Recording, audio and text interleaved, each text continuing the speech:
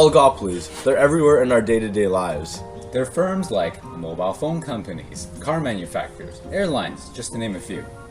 But how are they related? What actually defines an oligopoly? Well, an oligopoly is one of the four common market structures seen in a market economy. In an oligopolistic market, there's actually a relatively small number of firms per industry, unlike other market structures like monopolistic competition. Since there aren't a lot of firms, do you think you have what it takes to enter the oligopolistic market? I mean, it shouldn't be that hard, right? There aren't very many firms to compete against. Think again. Unlike perfect and monopolistic competition, the barriers to enter an oligopolistic market are high. To successfully enter an oligopolistic market, a firm must 1. Be able to afford a high startup cost, 2. Have access or ownership to raw materials, and 3. Have the ability to utilize the economies of scale. But even if a firm meets all of these prerequisites, they'd still need to compete with other existing, more reputable firms, wouldn't they? That's true.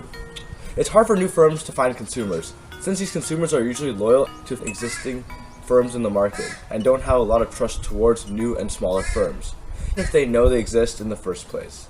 Think about it this way. It's easy to enter the fast food market, but it's more difficult to become a car manufacturer, since you need to compete with tons of existing manufacturers. Oligopolies also engage in price wars to keep the barriers to entry high. A price war is when firms reduce the prices in order to gain more market share. By undercutting each other, this reduces the chance of new firms being able to enter this market. Alright, let's say we've made it into the oligopolistic market now, but how do I even start selling my product? I mean, it's identical to other firms' products.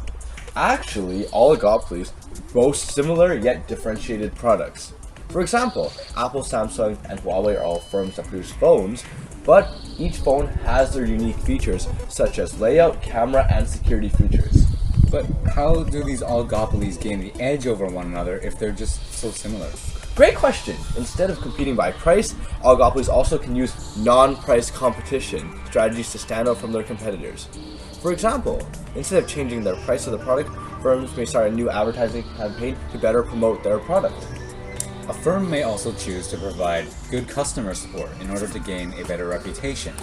For example, people may prefer Shaw Internet over TELUS, even if they're the same internet speed, because Shaw decided to improve their customer support, making them more reliable. But perhaps the most important form of non-price competition is the product itself. Firms will often focus on the research and development of their product to provide innovative features that will appeal to a wider range of consumers. Despite this, each firm still has a small amount of power in terms of price control. Oh really? How so? Oligopolies are heavily interdependent on one another. Their pricing is a direct result of their competitors' choices, meaning they may change prices depending on what other firms in the industry decide to do. Let's say we have 3 gas stations, Chevron, Shell, and Esso, each selling gas at $2 a liter. Yikes. Yeah, I know. Now Chevron decides to raise the price to $2.10 a liter to try to earn more profit. Shell and Esso see this price change and choose whether they want to either increase the profit or not. Let's say they both choose to increase the price, resulting in both firms seeing an increase in profits. Did you catch what happened? These gas companies just played a sneaky game of price leadership. Because Shell and Esso followed Chevron's lead, Chevron became a price leader. So basically, price leadership is when one firm makes a price change and the others will follow suit. Now, price leadership may seem unfair, but it is not illegal.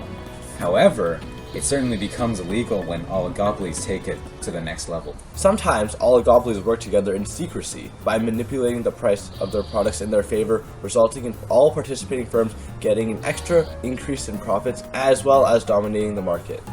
This act of secret cooperation is called collusion, and a group of colluding firms is called a cartel. Colluding oligopolies effectively act as a monopoly, since they operate as one entity with full price control over the product or service. To prevent this, governments have implemented antitrust laws which attempt to regulate economic power and prevent collusion. Now, it's time for us to check if you were paying attention. Let's have a pop quiz. Question 1. Which of the following is not a barrier to entry to enter an oligopolistic market?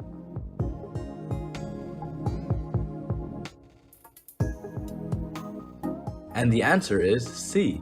Oligopolistic markets have a small number of powerful firms. Question 2. Which of the following is an example of an oligopolistic industry?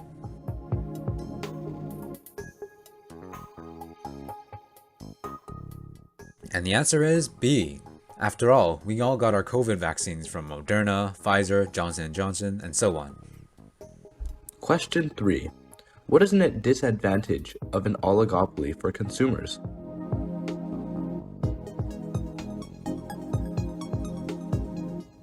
The answer is C. Firms can use price leadership or secretly collude in order to accumulate more profits. So, what did we learn? Well, oligopolies are larger firms with similar yet differentiated products. They have high barriers to entry and there are only a few firms in the industry. They have some price control, and oligopolies are interdependent on one another and make strategic changes to their pricing. To compete with other firms, oligopolies can use non-price competition. Lastly, oligopolies that collude are called cartels. And don't forget that's illegal. Don't try that at home, kids. My name is Nicholas. And my name's Brendan. And thank you for watching.